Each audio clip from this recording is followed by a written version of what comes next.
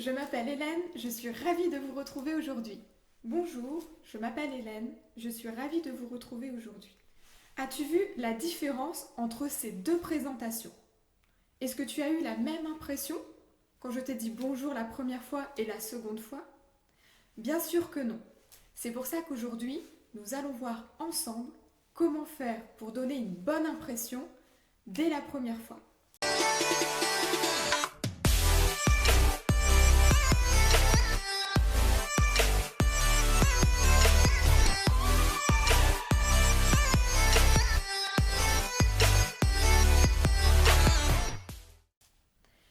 Sais-tu que nous faisons notre première impression en seulement 4 secondes? Des scientifiques de l'Oregon ont réussi à prouver que la première impression que nous nous faisions quand nous voyons quelqu'un en photo était quasiment la même que quand nous voyons en vrai cette personne. C'est fou, non? Mais alors, à quoi on s'attache pour se faire une bonne première impression? Eh bien, ce n'est pas à notre discours ni à notre présentation PowerPoint. En fait, nous attachons de l'attention à la tenue vestimentaire, à l'énergie, à l'expression de notre visage, la puissance vocale que nous avons, la poignée de main quand on va dire bonjour aux personnes, mais surtout à notre langage corporel. Donc la première règle pour pouvoir donner une bonne impression est de contrôler ton image. Sais-tu quelle image tu reflètes? Alors, je ne te parle pas de ce que tu penses, que les gens pensent de toi. Non, non, vraiment, quelle image tu reflètes? Quelle image tu donnes aux personnes qui te croisent? En fait, on peut se positionner en utilisant 2 axes. Le premier axe, es-tu sûr de toi ou plutôt nerveux? À travers ta posture, ta poignée de main, la tonalité de ta voix. Ensuite, le second axe, es-tu plutôt intéressant ou ennuyeux? Encore une fois, ça sera par ta posture, par ton sourire. Serais-je un bon collègue? Serais-je un ami marrant? À toi de jouer. Où te places-tu dans le graphique?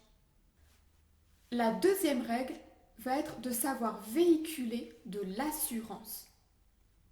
Tu vas me demander, oui, mais comment? J'ai 2 astuces à te partager pour pouvoir véhiculer de l'assurance.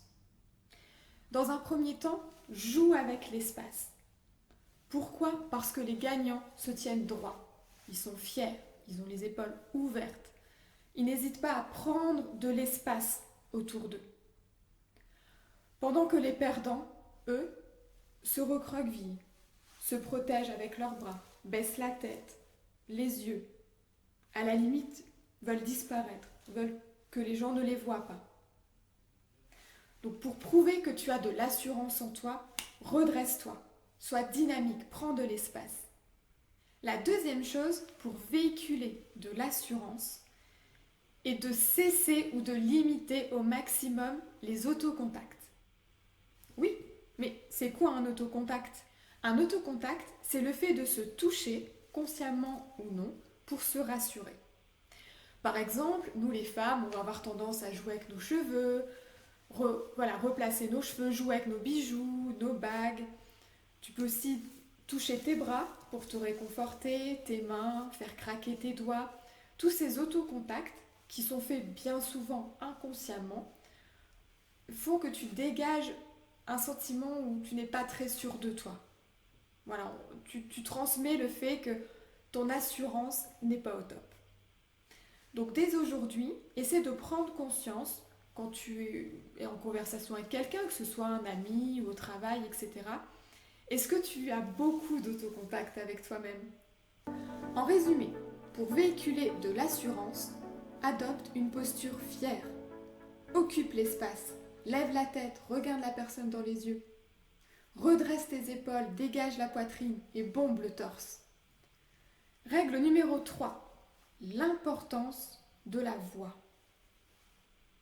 Les mots sont moins importants que la façon dont tu vas le dire.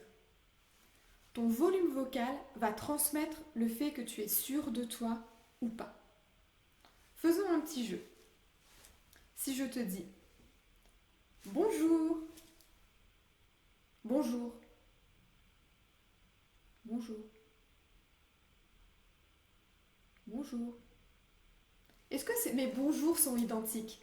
Finalement, je te dis le même mot, simplement bonjour. En fait, c'est l'émotion que tu vas transmettre qui va être importante. Tu te rends compte que quand je souris, mon bonjour est beaucoup plus agréable. Attention, on arrive à faire la différence, inconsciemment ou non, entre un sourire réel et un sourire forcé.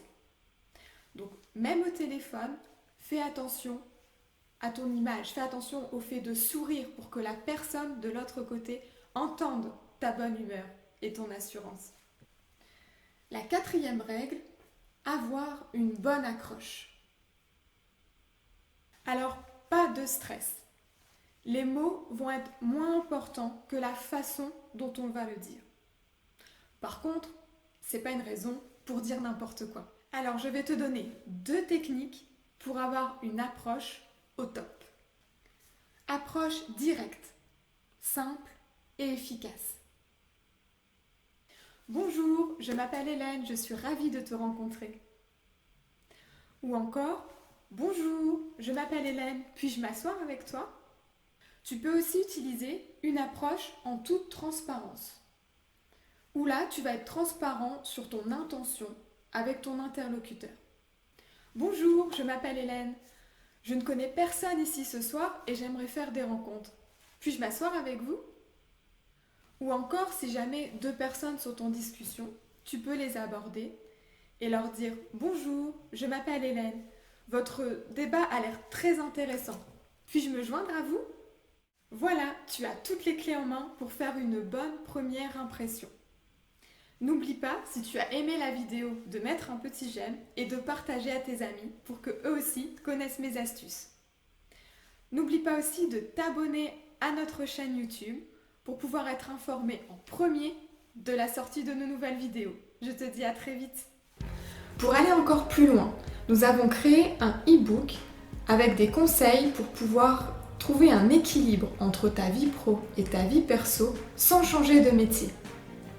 Donc pour toutes celles qui ont un métier très prenant, n'hésitez pas, cliquez sur le lien dans la description et faites-vous plaisir. À très vite.